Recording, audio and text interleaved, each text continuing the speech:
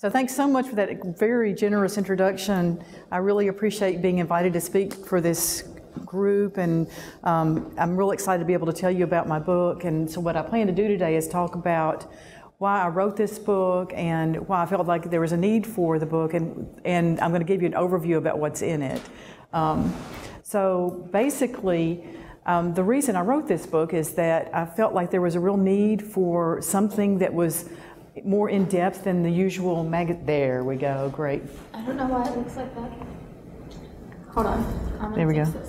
In more depth than what you normally see in magazine articles and women's magazines. And so some people have wondered why write a book just about women, and I certainly treat men as well as women. And so I'm going to start off by telling you a number of the reasons why I thought this book was needed.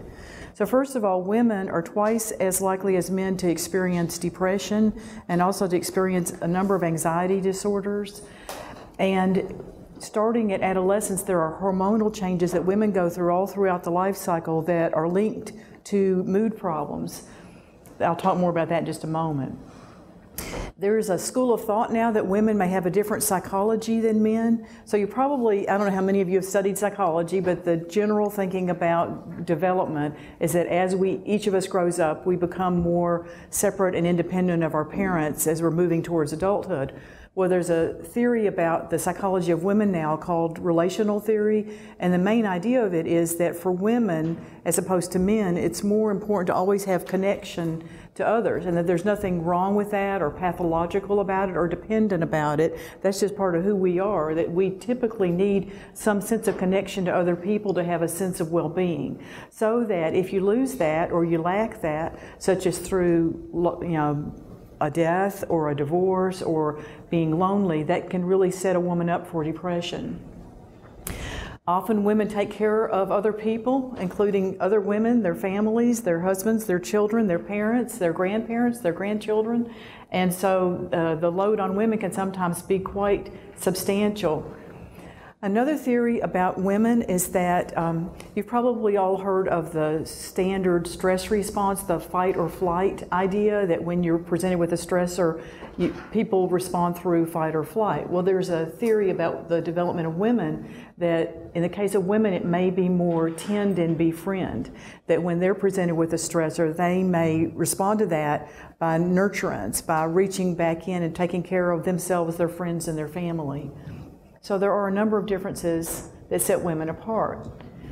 Another thing that makes women different than men, although this isn't 100% true, is that women tend to care about our appearance, sometimes to our detriment. So most women think about their weight and how they look, and sometimes it can cause women to become really consumed with that, such that some women develop eating disorders. Now, eating disorders are not only present in females, but it's mostly in females. Like 95% of the people that develop anorexia nervosa or bulimia nervosa are female. And these are really serious disorders. In fact, anorexia has the highest mortality rate of all the psychiatric disorders. So that's a really significant thing to learn about. So at times women can get depleted as they try to meet all the demands of their lives. And it's really important that women learn how to take care of themselves.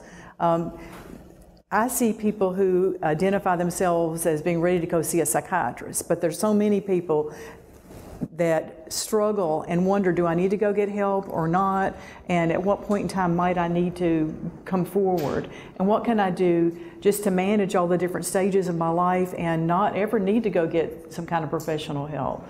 What's normal, and when do you cross the line and into something that's not normal, and how can you protect yourself, and when and where can you seek help, and what help is available, and what help works? So those are the general questions that led me to think I needed to write this book. And I'd wanted to write something like this all my life before I was given a sabbatical back in 2012 for 6 months, for which I'm very grateful to ETSU. So I thought I'd take just a moment to tell you my personal story, which is that I'm a psychiatrist. I've been a psychiatrist for almost 30 years, And as you already heard from that very generous introduction by Phyllis, I've been here at ETSU a long time and done a number of things, including being chair of the department. But another thing that's not on my CV is that I personally experienced very severe depression when I was in my 20s, to the point where it almost derailed me. So I was in medical school at the time. I had to take a leave of absence from medical school twice and come back. And ultimately, they revamped the curriculum and I started all over. I was very fortunate because I got really good help, and I ultimately recovered completely and made that my big secret because of the stigma that I'm sure everybody here is aware of. So when my book came out, I decided to mention in my introduction that I knew from personal experience what I was talking about, and I decided this is my time to quit keeping it a secret, that now perhaps there's more to be gained than to be lost by telling my story. And then in addition to that very bad depression in my 20s, 6 years ago, my husband died very unexpectedly in his sleep, and so we had been together 32 years. So I also have experienced grief and learned about the difference between grief and depression, which can be very bewildering for many people. So I have a chapter in the book about grief as well.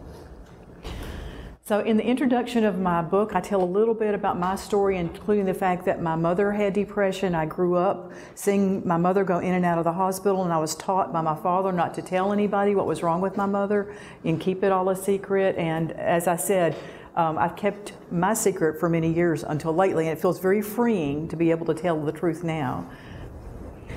So next I'm going to show you the chapter outline of my book, and then I'm going to talk some about what's in the first half of the book. So the first half of the book is a woman's life stages, and I start by talking about adolescence. I have a chapter on the spectrum of premenstrual disorders because there are multiple degrees of difficulty women can have when they're having their menstrual period. I have a chapter on the childbearing years and all the different aspects of that. A chapter on the menopausal transition, and then a chapter on the senior years. And then in the second half of the book, I go into the various disorders that may be experienced by women, and I go into some detail about them. So I have a chapter on depression. That's really my biggest chapter, where I talk about all of the symptoms that help us to diagnose when someone has clinical depression, because all of us have days that we feel down, but you may or may not need any kind of professional help. And in that chapter, I also talk about the treatments, both the medications and the therapies that are available, and I have some charts in there, including charts on dosages and some information on side effects. Then the next chapter is my other long chapter, the chapter on anxiety disorders. Each chapter I start with a vignette where I tell about a hypothetical person. Sometimes these are patients I have seen whose identities are disguised, where I talk about somebody came to see me with such and such, and then I talk about the disorder and then what can be done. So the chapter on anxiety disorders, I have a number of vignettes because there's so many different anxiety disorders. And then I also talk about the treatments and what can help them both medication-wise and therapy-wise. I have a chapter on women and substance abuse, a chapter on bipolar disorder in women, and a chapter on women and grief. And then at the end of the book, I have a brief conclusion where I talk about resilience as a concept, because it's such an important concept these days. Why is it that some people can recover and other people don't, and what can we learn to try to help us all be resilient? At the end of each chapter, I've got resources for the general public, including websites and other books. And then at the end of the book, I have some references for professionals. So now I want to talk about some of the content of the book and give you an overview. So first of all, some risk factors for women in general that cause us in general to be more vulnerable to depression are that, as I'm sure everyone is pretty aware, women have unequal power and status in our society, and they often have work overload. So even in couples where both members of the couple work, it's very common for women to do more than half of the cooking and the housekeeping and taking care of parents and children, and so women have disproportionate responsibilities in many cases. In addition, women are more likely than men to experience abuse, sexual abuse and physical abuse. Of course, it can happen to men as well, but it's more common in women, and when someone goes through something like that, it has a big impact all throughout their lives. There's a chair right up front there. I mentioned earlier that there are some times in the life cycle of women when their hormones change, and at each of these times, women may be more vulnerable to having problems with their mood. And these times overall are adolescence, when they're premenstrual, when they're peripartum, which refers to the 7 to 10 years, excuse me, I said that wrong. Peripartum, which is the time around pregnancy, and perimenopause, which is the 7 to 10 years prior to actual cessation of menses, which is menopause. So menopause occurs typically around age 50, but it's the 7 to 10 years prior to that when women are especially vulnerable. So what happens at adolescence? Well, we all go through developmental tasks at adolescence, and this is when identities are being consolidated, sexual identity, and coming up with what you want to do with your life. Often people have some sort of conflict with their parents as a way to establish themselves as a separate individual. They may have more pressure to achieve during this period of time. And it's during this period of time that females start to have a difference compared to males in terms of their rate of depression. So if you look at children, the rate of, we now know that children do get depressed. We used to think in our field that they did not, but we now know they do. But the rate of depression in children between males and females is roughly equal until puberty. And then at puberty, it becomes twice as common in females as in males. In addition, at adolescence is when a number of anxiety disorders first appear, attention deficit disorder, and eating disorders. So as I mentioned a moment ago, puberty is when these changes start to occur as far as depression becoming more common. Also, puberty is when the brain of a female starts getting exposed every month to surges in hormones. So estrogen and progesterone wax and wane all throughout their lives with the menstrual cycle. And the brain starts getting exposed to this, and as I said, this can bring with it mood changes in some. So I've been interested in this topic of premenstrual syndrome for quite a long time, and I think it's one of the under-recognized areas in medicine. It's probably one of the most frequently ridiculed areas. I have a whole collection of PMS jokes that people have given me, and when you think about how many disorders or illnesses do people make jokes about that readily. And so I think part of the reason for that is that if you look at women in their childbearing years, almost every one of them has at least one symptom premenstrually where she can tell that she's about to have her menstrual period. She may be a little bit moody, she may have breast tenderness, but it certainly doesn't mean that she's got a disorder or a psychiatric problem. About 30 to 50% of women have 2 or 3 symptoms, and these are the women that are classified as having premenstrual syndrome or PMS. And so again, it may be either a physical or emotional symptom. These are women that might mention this in passing to their OBGYN or their primary care doc, but most likely would never come see someone like me to get help. But there's a much smaller percentage of women, 3 to 5% of women, that get floored by their symptoms premenstrually. And we now call that premenstrual dysphoric disorder. So these women may feel unable to function. They may take sick days off work. They may get into huge blow-ups with their family or their bosses. They may stay away from parties because they realize that they're much more irritable or sensitive at that time. Now, if you look at women who mention that they think they have PMS or PMDD when they come to see the doctor, and then they start charting their mood from that day forward, about half of them actually have some amount of problem all throughout the month, not only when they're premenstrual, which is the definition of PMS. It has to occur only when they're premenstrual and then it goes away. So this other group of women that have problems all throughout the month may have worsening of their symptoms premenstrually, and we call that premenstrual exacerbation of depression. And that's the group of people that I've been interested in since being here at ETSU, and we've done a little bit of research on that subset of women. There are a number of psychiatric disorders as well as medical disorders that can get worse premenstrually. This slide shows you a summary of them. So for example, someone with panic disorder or OCD may have a worsening of their symptoms premenstrually. So I've had so many women say to me, I think I may have PMS, do you think I should go and get my hormones checked? And it makes common sense to think that must be it because it goes along with the menstrual cycle. But this is something that's been well studied over the years. So if you look at the absolute levels of the hormones, estrogen and progesterone, or the other sex hormones, or the level of change that occurs with them, there's no difference between the hormone levels in the women that have PMS or PMDD and every other woman. Basically, every woman who's in her childbearing years and still is menstruating is going to have fluctuations in those hormone levels, and that doesn't tell you if that woman is going to have PMS or PMDD or not. And for that reason, it's not helpful to measure the levels to make the diagnosis. Instead, the diagnosis is based on history, like charting with a calendar and looking forward and seeing is there a pattern. So the current thinking about PMS and PMDD is that some women have a vulnerability to mood problems that gets triggered by exposure to these fluctuating hormone levels that everyone has. And as well as women can be triggered by all the other things that can cause depression and mood problems, like all the social and cultural and psychological things that can lead people to become depressed. Okay, so what can you do if you do have PMS or PMDD?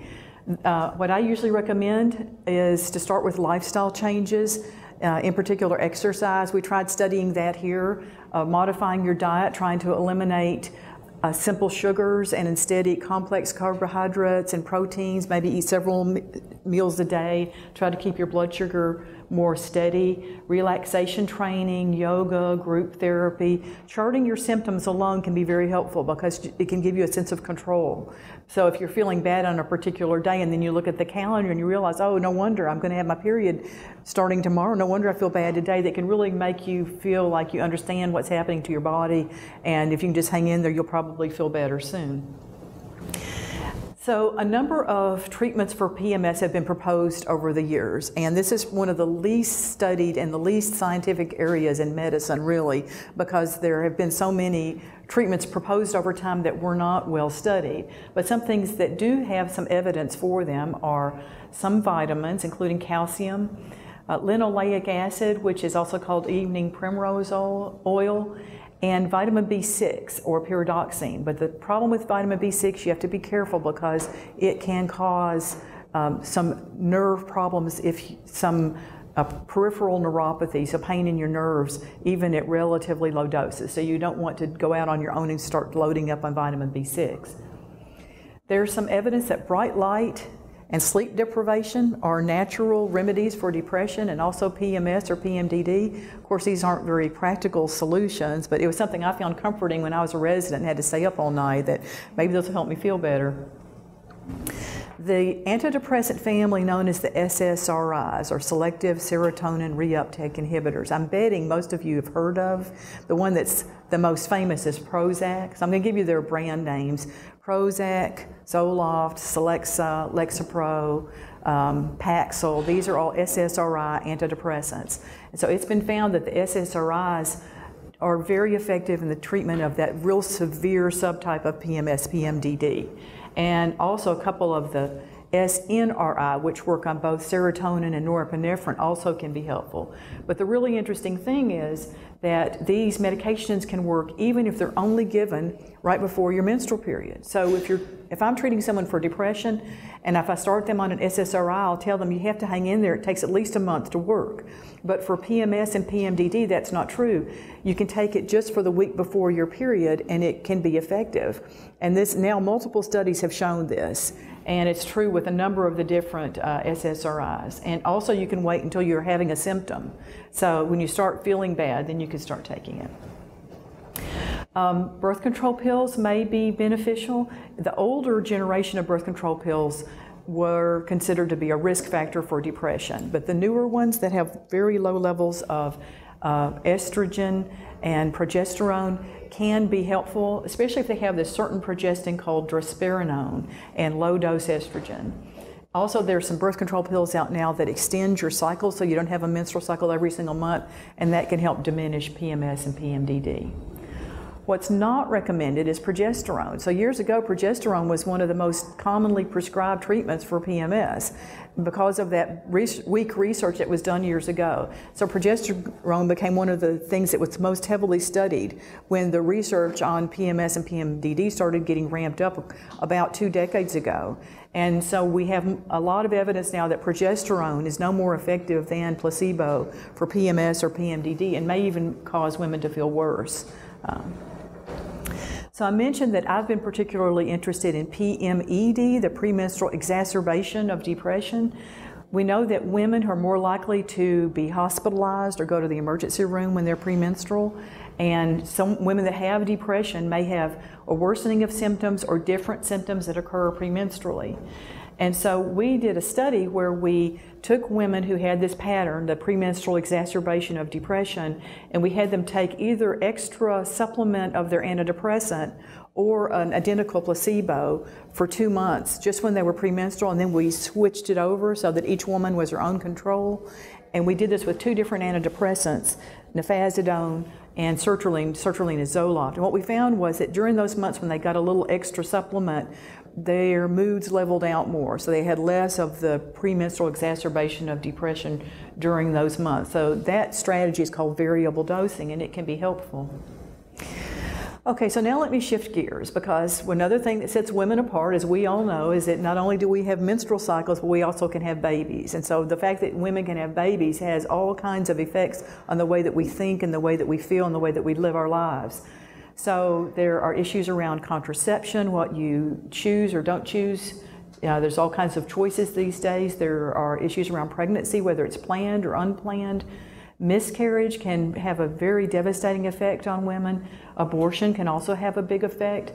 Some women have difficulty with fertility, and that is like a silent loss. And women who have trouble with infertility may feel very pained when other women are celebrating Mother's Day and things like that, and they're unable to have the child they so desperately want to.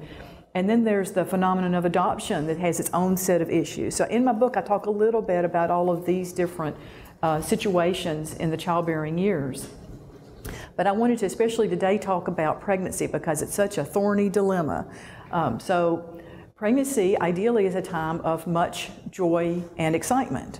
And we used to think that women could not be depressed during pregnancy, that it was like a natural remission.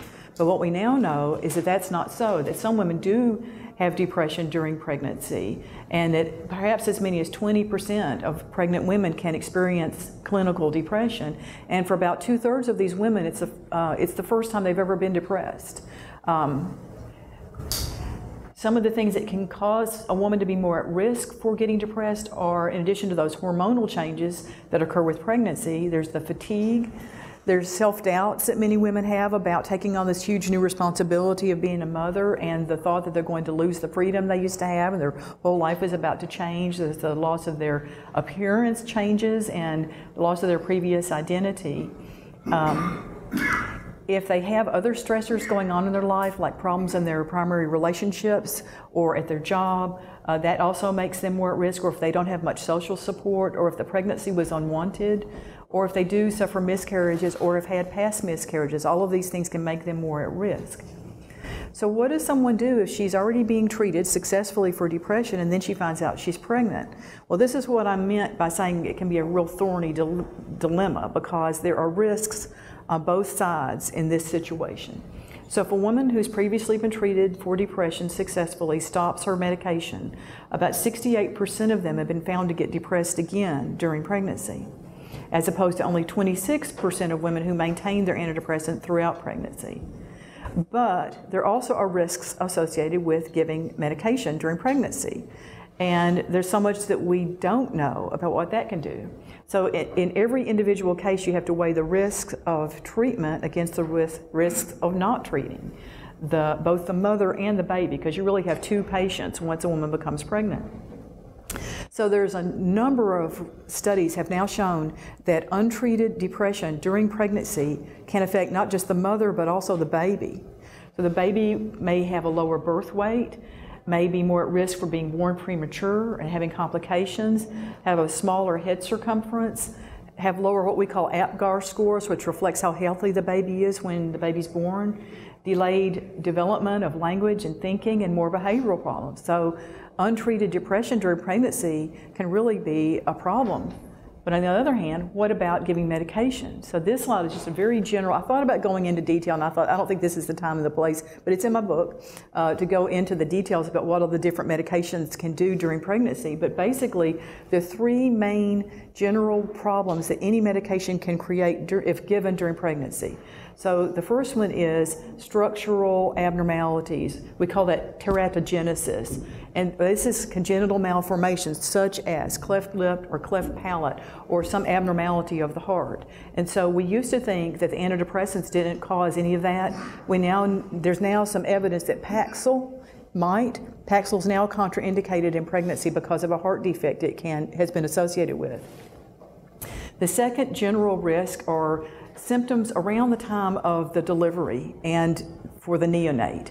So there's both the antidepressants and especially the opiates, if taken during pregnancy, can cause neonatal abstinence syndrome, which you've probably heard all about in the news. It's a huge issue right now, especially in our region.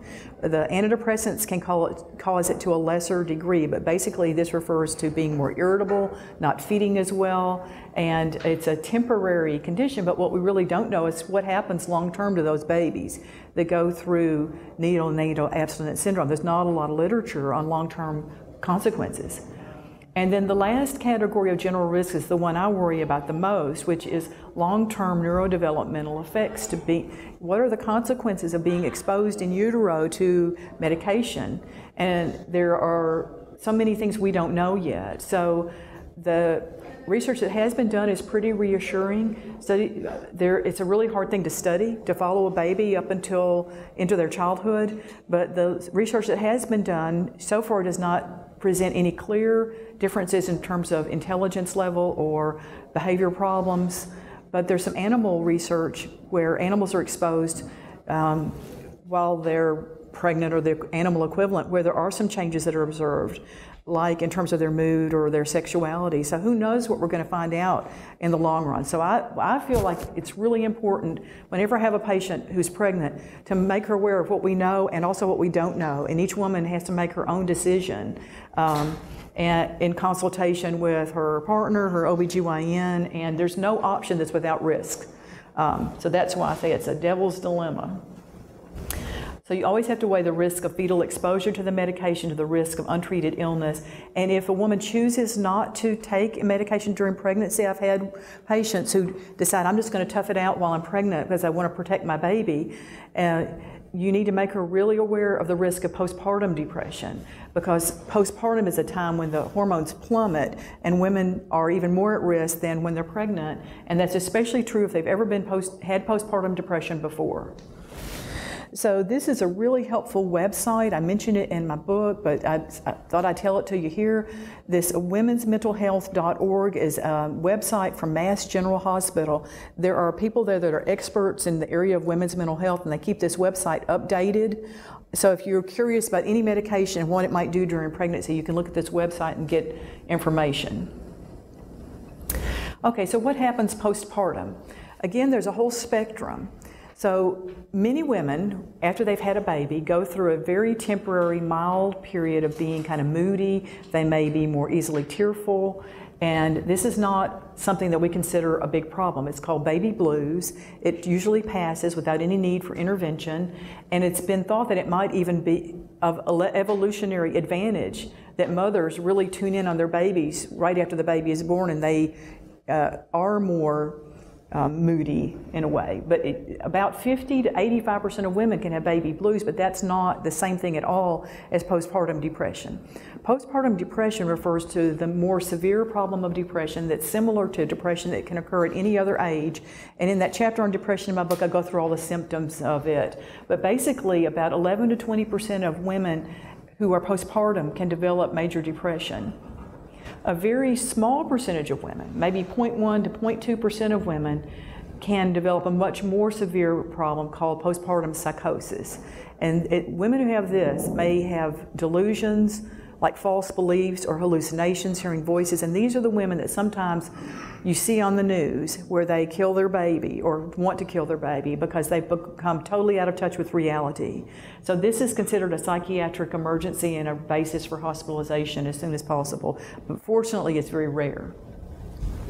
Some of the factors associated with postpartum depression include the hormonal changes that I mentioned earlier, responsibility for taking care of a newborn, if there are any complications around the birth, or if the child has some sort of problem, or the breastfeeding doesn't go well, or there's some kind of complication, or if there's not good social support or marital conflict. All of these things can make someone more at risk to have postpartum depression. So in the case of depression during pregnancy especially, as well as postpartum, I always want to encourage psychotherapy. This is one way to get around the risks that we have from exposure to medication. So psychotherapy can be as effective as medication for mild to moderate levels of depression. And there are a number of types of therapy that are available. But the problem is we don't have a lot of research, because usually if you're doing research on women, you don't want to be doing research on women who are pregnant. And you sure don't want to be exposing these women to a lot of pills and see what happens to their babies. Instead, you wait and see what happens, and people choose to take medication because they're in a desperate need, and then you observe later. So it's a very difficult thing to study. And if a woman chooses to breastfeed, that's complicated too, because most of these medications get released in minuscule quantities, but they do get released in breast milk. So far, there's no hard data that causes damage, but it is another thing to think about. Okay, now moving through the life cycle, menopause is another time when hormones change. So they change at adolescence, they change monthly, they change abruptly when someone has a baby. They're sky high and then they drop very abruptly. And then they gradually change over the 7 to 10 years prior to menopause. And this is when estrogen and progesterone gradually diminish and the eggs start to not function every month, but it's often irregular. During these years, other things are happening too. So the average age of menopause is 50. So it's those years, the 40s, is when many women have empty nests. Their children may be leaving home, going to college, or moving away. They may be experiencing changes in their appearance. They may be in what's been nicknamed the sandwich generation, where they are taking care of both the generation above them and beneath them, their own parents and their own children, and these days, their grandchildren sometimes. And on the more positive side, there are some authors that have written about postmenopausal zest, that once you get past menopause and you aren't having menstrual cycles anymore. I'm seeing some younger women looking at me like, But there's some truth to this, I'm here to tell you. So sometimes after menopause, women can feel better. They can feel freed up and have new opportunities in their life. So some of the risk factors for depression at perimenopause. Okay, so we used to think women were at risk for depression at menopause, and we even had a name for it. It was called involutional melancholia. Well, that term isn't used anymore, because now what we know is it's not menopause itself, it's perimenopause. It's the time when women are more at risk. It's that 7 to 10 years before actual menopause when women are more vulnerable. And they're especially vulnerable if other things are also going on. So if they're not sleeping well, if they have a past history of anxiety or depression, if they have stressful life events occurring, if they've gained weight, if they had menopause at a younger age, that seems to put them more at risk, or if they have menopause that gets surgically induced because they have their ovaries removed. All of these things can make them more at risk. So another big area of controversy in medicine in general and women's health in general is, what about hormone replacement therapy? Is it safe or not? And does it help the mood, or does it help your general medical health or not? So years ago, we thought that hormone replacement therapy was a great idea for most women, that it helped protect women from heart disease and from stroke.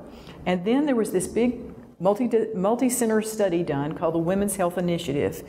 And some of you may remember in 2002, this study got prematurely stopped because some of the women in the study seemed to be having more occurrence of heart disease and stroke if they were on the hormones. So this caused this huge uproar across the country. It was on the talk shows, on the news. Many women all over the country went into a panic and stopped taking their hormone replacement therapy. Doctors quit prescribing it. Researchers quit studying it, because no one wants to give something to women that might make them more likely to have a heart attack or a stroke. And so for a number of years, there was hardly any research being done on this.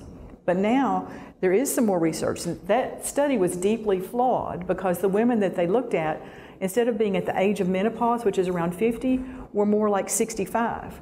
So more work's been done since then looking at women at the actual age of menopause, and the more recent evidence is that these hormone replacement therapy may be helpful for women if it's given right at the time of menopause and may be protective from, now don't take my word for it, go talk to your OBGYN or your primary care doctor. I'm just a psychiatrist, but I'm really interested in this area, and this is what's been found. And so my area of interest is what about the mood? And so there is some evidence that these hormones might be safer than we used to think. One thing you have to be aware of is that you should never give estrogen without also giving progesterone if a woman still has her uterus, unless you're super careful and doing something like biopsying the uterus, because it can make you more at risk for cancer of the uterus.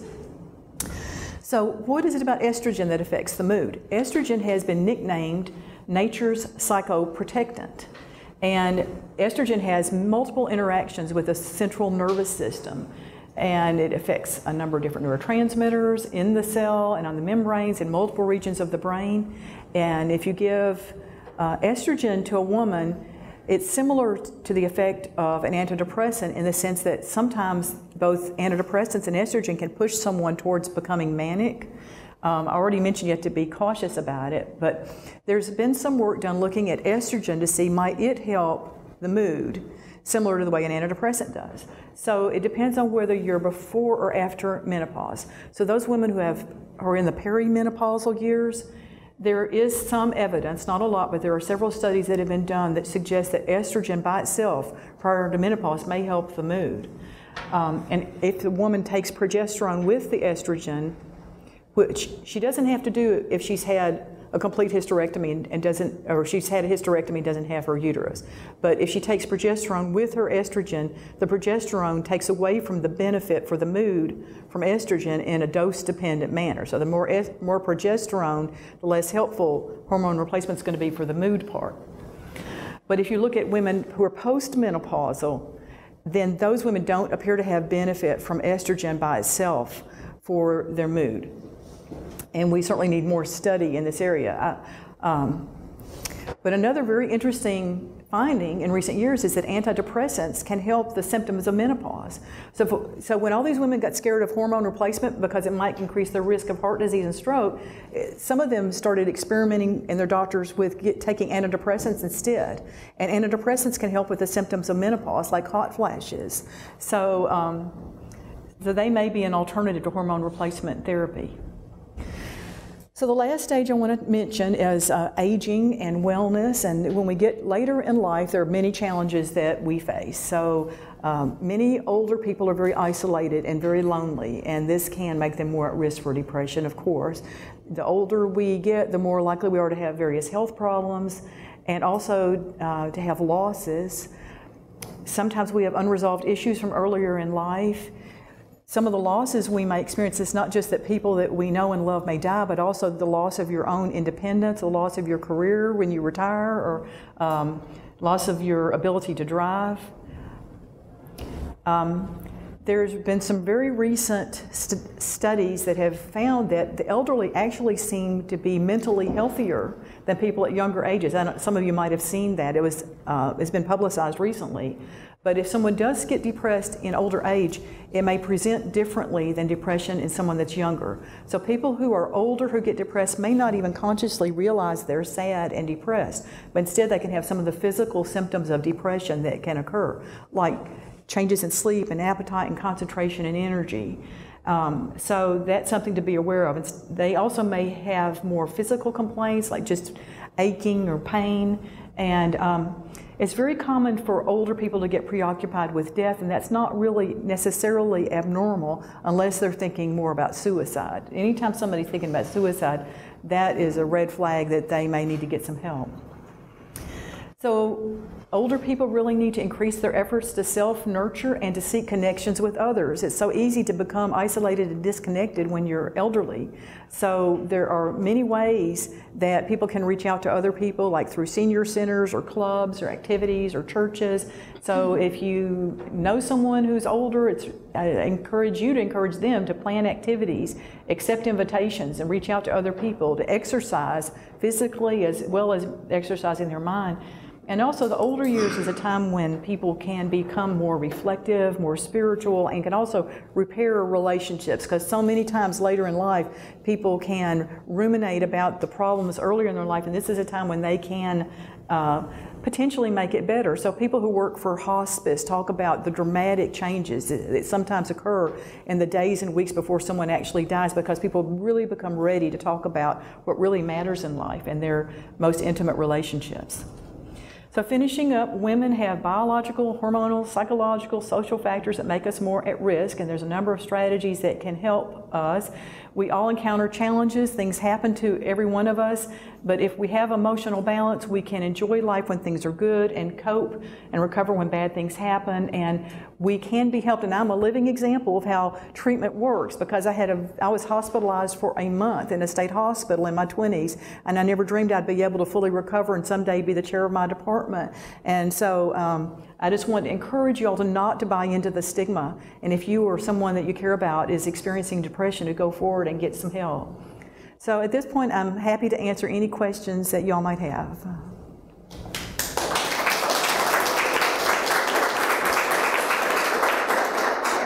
You spoke about developmental problems in children with women with depression. Has there been a correlation between it and like Asperger's syndrome with that? No clear connection has yet been, and that's one of my many fears, is what if we find out later that exposure, there's some theory, and there's some people that are speculating, but it's not been clearly shown. Like the ADD and Asperger's are things that are being speculated about, but it's not a clear link yet. Hopefully it won't be. Other questions? Have you found a connection in your research between PCOS, polycystic ovarian syndrome, and either PMDD or PMAD or any other menstrual disorders? Well, that's a great question. So polycystic ovarian disease, for those of you that are not familiar with it, is a disorder that some women experience, and it causes their ovaries not to function normally, and it's been clearly associated with depression in some. It can also be associated with more irregular menses, but I'm not really sure if those women are more likely to have the PMDD variant. I haven't seen that in the literature, but it's certainly something that can make women more vulnerable. Yes? I was wondering if you could speak to your experience as a woman in a higher position in academics and medicine, and I think just some of the experiences in terms of having emotions and kind of being a leader in a predominantly male field, and what that's been like and how you've navigated having emotions and being a woman and doing what you do. Sure. To me, the biggest challenge was when my husband died, because I was a chair at the time, and so I felt this desperate need to hide my emotions from all these people around me. And I went to so many meetings where I was the only woman in the room. The men that I worked with were very kind, and people in general were incredibly kind that first year, but it certainly can be very hard. And I say I'm much happier now that I'm not the chair, because I felt very isolated. You know, you can't really make friends with people very easily when you're their boss.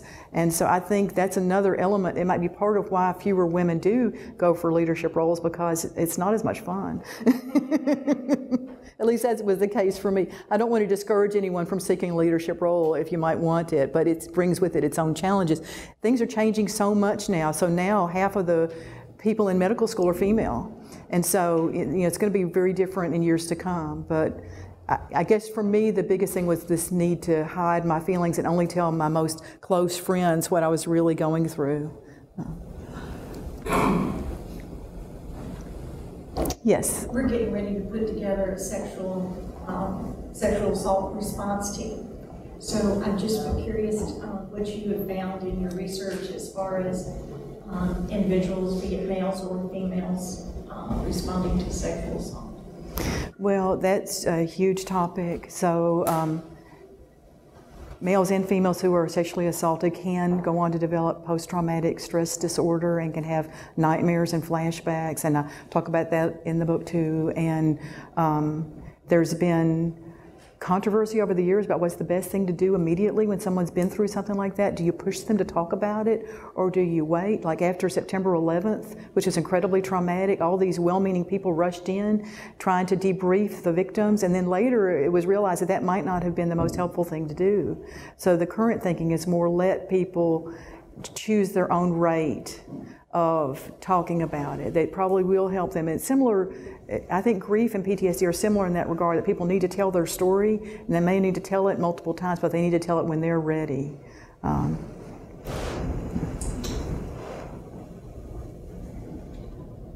Other questions? You talked a little bit about the sources of people going out to get help. What are the sources around here that people are experiencing some of these things?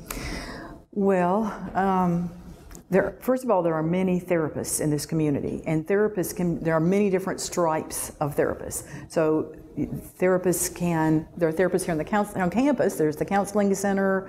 There are master's level therapists that are being trained here at ETSU in several different, I think there's 5 different colleges on campus that deal with mental health issues. So besides our psychiatry, there's also psychology, social work, pardon? Human services. People can become a licensed marriage and family therapist, and I feel like I'm forgetting something. So anyway, there are many different types of therapists, and I'm a huge believer in therapy. And as I said, therapy can be as effective as medication for mild to moderate levels of depression.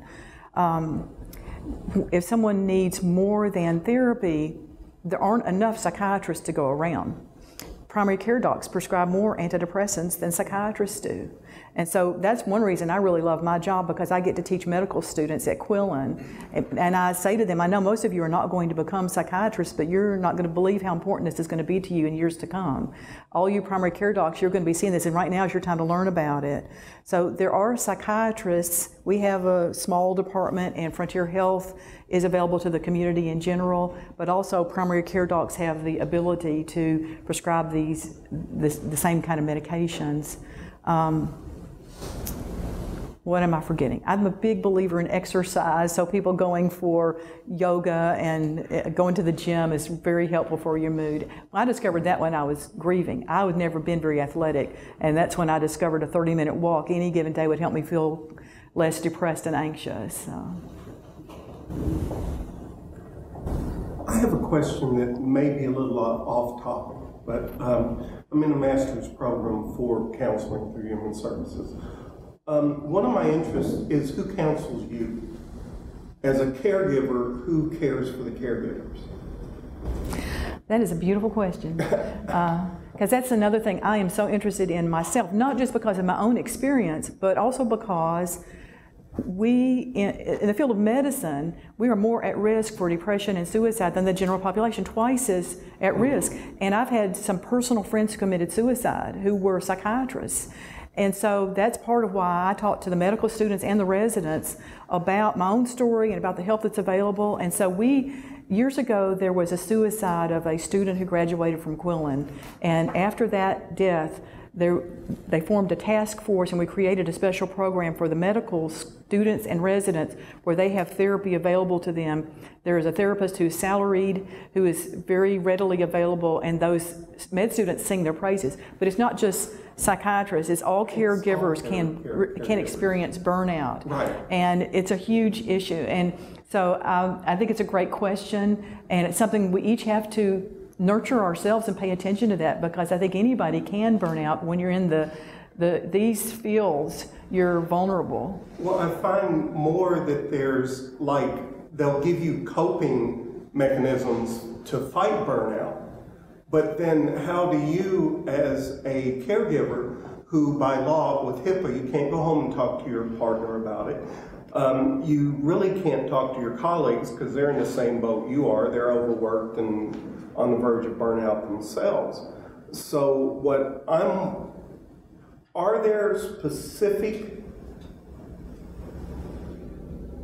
therapists for people who are caregivers that are, they have to abide by HIPAA, they have to go through all of those, that understand what a caregiver goes through, I guess. The only one I'm aware of around here is the person who works for, Phil Steffi, who works for the College of Medicine, is a specific therapist for medical students and residents. Okay. And he is fantastic. It's his life. He just loves it. He says he's got the best job in the world. But it is a dilemma. And I have several friends who are hospice workers, and they're constantly dealing with clients that are passing and then getting new clients that are passing. And it's almost like they have their own form of PTSD after they've been in it so long. Right. I'm sure that's true. You were mentioning providers in the community, and I just want to add to that, nurse practitioners. Oh, I knew I was forgetting something important. Yes, nurse practitioners and physician's assistants also can do a lot. And so both in terms of therapy and prescribing meds, there's a variety of people in the community. This community, the whole country doesn't have enough psychiatrists. So that's one thing. When you become a psychiatrist, you pretty much can move anywhere because every place needs them, but we can't come anywhere close to fulfilling the need. So thank you for that correction. Any other questions? Because we live where we live, and you've already stated that you're an advocate of therapy, are there any studies that would conclude that there is a more effective rate for faith-based therapy than non-faith-based therapy? I'm not aware of any studies on that, and I think it really depends on the individual. So some individuals may really respond so much better to that if they are very religious themselves. Other people really would want to avoid that if they don't feel comfortable with that. So in my training, I was trained long time ago, not to tell anything about myself, but I've obviously changed since then because now it's feeling it all. But I think it really depends on the individual, and I'm not aware of any studies. I think the most important, the one thing that's ever been shown about what therapy works the best, the thing that matters the most is the alliance that develops between the patient and the therapist, and that's dependent on many factors. So if you have a good connection, that will predict success in the therapy, regardless of the school of thought or the particular type of training. So, and I think that the faith is one element of that that might affect that connection. Sorry, I'm just sitting over here to the store and I got sucked in. You discussed that it was difficult to tell with a woman that's childbearing years whether it is, I mean, there's no hormonal reading to see if it's actually getting worse. What about with adolescents? Because, I mean, how do you determine whether it's just normal teen angst, depression that every teenager goes through, or they do in fact have something more severe going on in there? Oh, that's another great question and a really difficult thing. I used to work with adolescents, and that is a stormy time of life for many people. And sometimes it's not unusual for people to have blow-ups and to act irrationally and to be impulsive and be self-destructive. And these days, adolescents sometimes cut on themselves. It's almost like a fad. So it is difficult to know sometimes when you need help. I guess the big thing I always would look for is if there's any risk of safety, then it's time to definitely get some help. So it's trying to determine whether it's a cry for attention or a cry for help or just crying. I mean, that's... So some people are afraid to ask questions about suicidality, and there's a myth in some people's minds that if they ask about it, it might plant that seed, but that really is a myth, because people that really are starting to think about suicide, they're usually relieved if someone asks them about it, and it's really important to just be direct and find out. If you're worried about somebody, just bring those questions up, and just to ask them, do you ever feel so bad that you have thoughts that you wish you weren't living, or thoughts about hurting yourself, and if so, what have you thought of doing, and have you thought about acting on it? So adolescents sometimes can get to that point because to them, a breakup with a boyfriend or girlfriend can feel like the end of the world, and they don't realize how many years ahead they have. So that's a really good question too. It's a very delicate time of life. Any other questions?